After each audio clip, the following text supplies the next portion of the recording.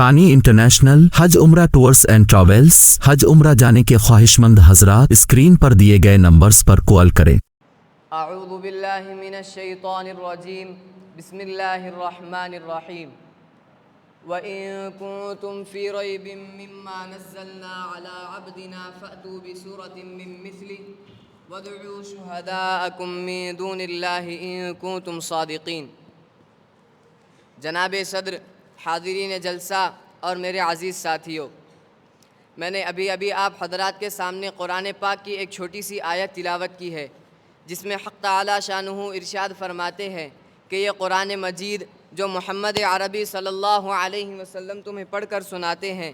اس کے علوم و معارف تمہارے سامنے بیان کرتے ہیں، اس کی صداقت و سچائی کا اعلان کرتے ہیں، اور تم یہ سمجھتے ہو، تمہارا یہ خیال ہے کہ یہ اسی کا کلام ہے، آسمانی وحی نہیں ہے، میری طرف سے نازل نہیں ہوا ہے، تم میرے حبیب کو جھٹلاتے ہو۔ تم میں سے کہنے والے کہتے ہیں لَوْ نَشَاءُ لَقُلْنَا مِثْلَ هَذَا، اگر ہم چاہتے تو اس جیسا کلام ہم بھی پیش کر دیتے۔ تو آؤ، تمہارے لیے راستہ صاف ہے، تم بھی انسان ہو، تم بھی اسی خطہ کے رہنے والے ہو، طلاقت لسانی میں تمہاری کوئی مثال نہیں، فصاحت و بلاغت کے تم امام ہو، تمہاری ادنا سے ادنا بچیاں بھی شعراء و ادباء کی مجلسوں میں کھلبجی مچا دیتی ہیں، تم نظم و نثر کے استاد ہو، ماہرین فن ہو، اس جیسا قرآن پیش کر دو۔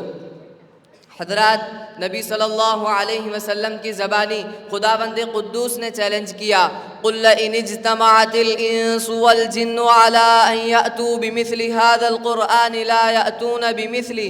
وَلَوْ كَانَ بَعْضُهُمْ لِبَعْضٍ ظَهِيرًا۔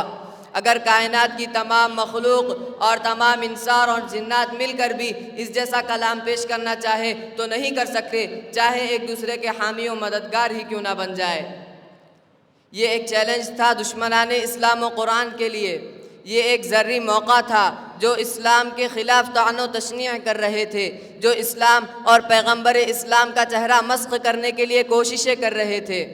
وہ میدان میں آتے اور اس جیسا کلام پیش کر کے اس چیلنج کا جواب دیتے اور اس تحریک کو ابھرنے سے پہلے ہی کچل دیتے۔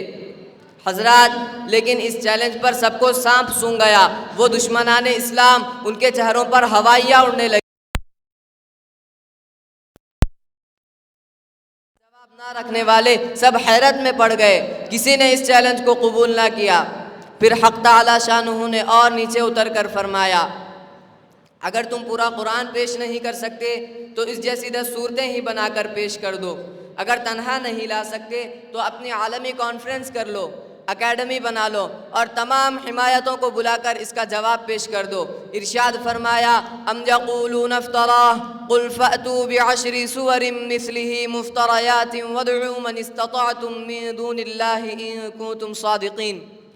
کیا تم یہ کہتے ہو کہ محمد صلی اللہ علیہ وسلم نے گھڑ لیا ہے؟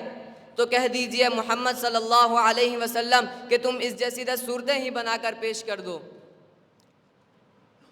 حضرات، آپ عرب قوم کی تاریخ پڑھیے، وہ قوم جاہل و ناخواندہ ضرور تھی، لیکن اس قوم میں شعراء و خطباء، فصحاء و بلغاء کا ایک جم غفیر تھا، زبان پر ان کو مکمل عبور تھا، ان کا ادنا سے ادنا فرد بھی اپنے زبان کے جادو سے مسحور کر لیا کرتا تھا، ان کو للکارنا ہنسی کھیل نہ تھا۔ پھر قرآن نے اور نیچے اتر کر فرمایا، فَلْيَأْتُوا بِحَدِيثٍ مِّثْلِهِ، کہ تم اس جیسی ایک بات ہی پیش کر دو۔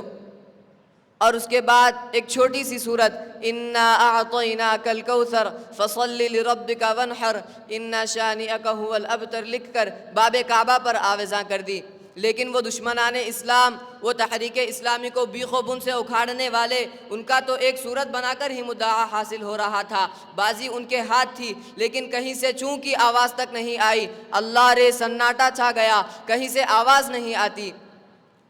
حضرات، یہ چیلنج صرف اہل عرب کے لیے نہیں تھا، بلکہ قیامت تک آنے والے تمام افراد سے متعلق ہے۔ یہ چیلنج آج بھی اہل دانش کو للکار رہا ہے۔ آج بھی جو لوگ قرآن کے خلاف ناپاک اور گھنونی زبان استعمال کرتے ہیں، وہ میدان میں آئے، ان کے لیے راستہ صاف ہے۔ سامعین کرام، دراصل قرآن پاک اللہ تبارک و تعالیٰ کا کلام ہے، خود نبی صلی اللہ علیہ وسلم بھی اس طرح کا کلام پیش نہیں کر سکتے، خود آپ صلی اللہ علیہ وسلم ہی کی زبانی کہلوایا،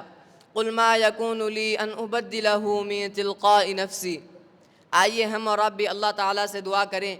کہ وہ ہمیں بھی اسی کے راستے پر چلائے۔ آمین و آخر دعوانا ان الحمد للہ رب العالمین۔